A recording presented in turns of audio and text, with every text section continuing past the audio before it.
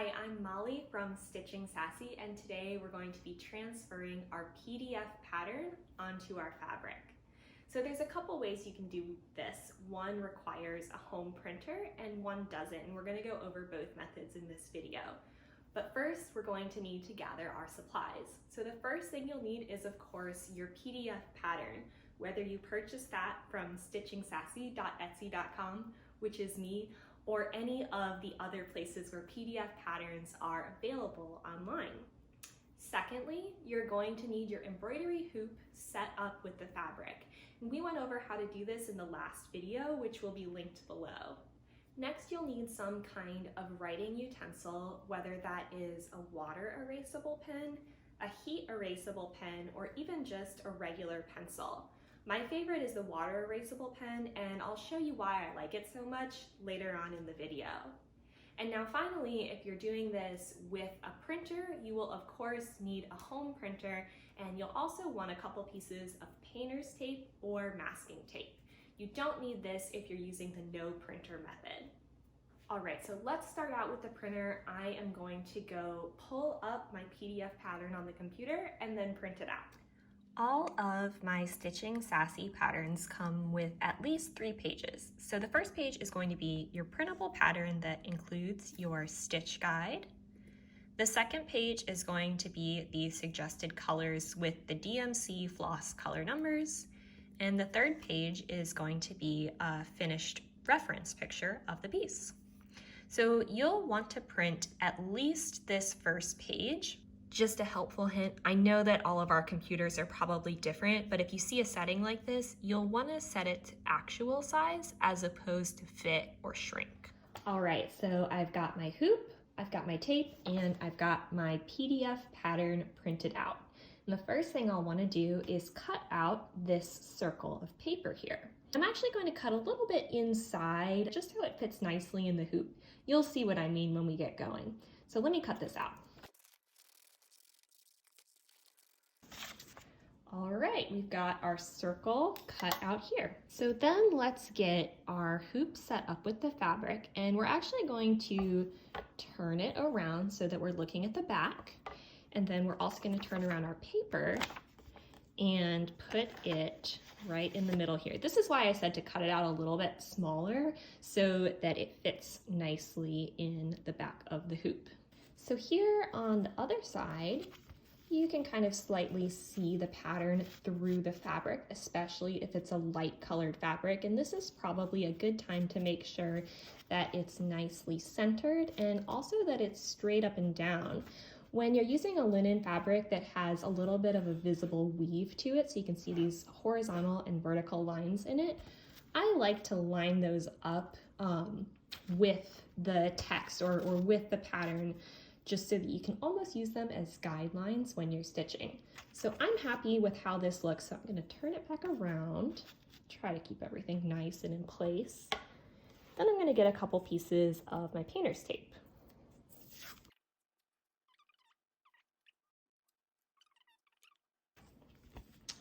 There we go. Next step is to take this guy out to a place where there is a sunny window. All right, and then while holding my hoop up to the sunny window, I'm just going to use my water erasable pen to trace over the whole pattern.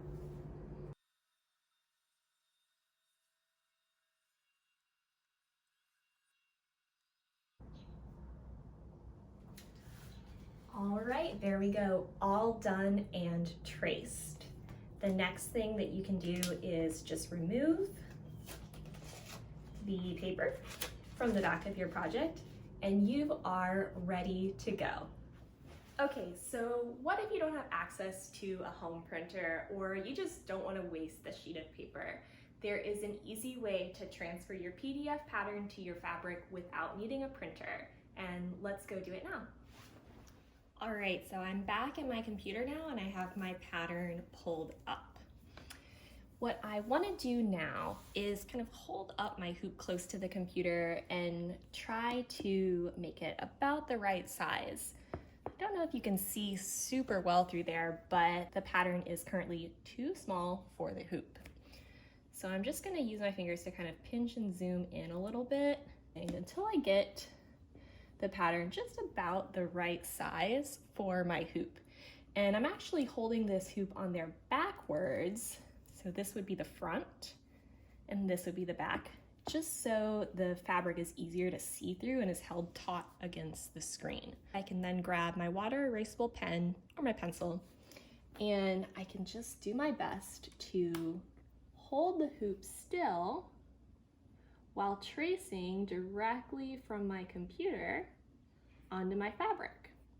You want to use a really light touch here because you definitely don't want to hurt your computer screen. And you also don't want your pen to like bleed through onto your screen. But it's a great method in a pinch if you don't have a printer.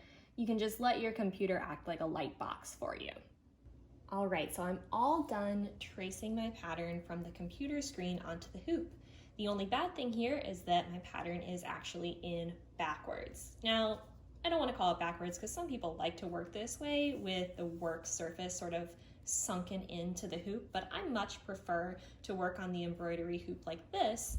I would consider this to be the front. So the only thing we're going to have to do now is just take our fabric out of the hoop, turn it around so it is the right way, and assemble our hoop just like we did in the previous video. I'm going to retighten it and sort of pull the fabric so that everything is nice and taut again. And there you go, you're ready to start working. That is an easy way to transfer the pattern when you don't have a printer. Finally, I'd like to go over some of the ways that you can remove your markings after you're done stitching your pattern. And let me be clear that you don't always have to remove the markings. Like this, for example, is a pre-printed pattern that's available from my Etsy store, Stitching Sassy. So these markings are just so light that after you're done stitching over them, it'll be really hard to see them, and in most cases they'll be completely hidden by your stitching over them. So this is really handy if you don't want to worry about transferring the pattern and you don't want to worry about removing the markings when you're done. If you transfer your pattern using just a regular pencil, it'll be similar to this. If you use the water erasable blue pen like we did earlier, when you're totally done stitching, much of this will be covered by your thread, but there might be some around the edges that you can still see. And what we're gonna do is get just a spray bottle full of plain water, and keep in mind that your project will be done on top of this, and I'm just going to mist it with water, and like magic, it all goes away. I've never used the heat erasable pens. I think they're called friction pens, but they're a similar concept, except instead of misting it with water, you'll blast it with hot air from your hair dryer to make the markings go away. I found that the water erasable pens work just fine. So that's it for transferring your pattern to your fabric. Now it's time to get stitching.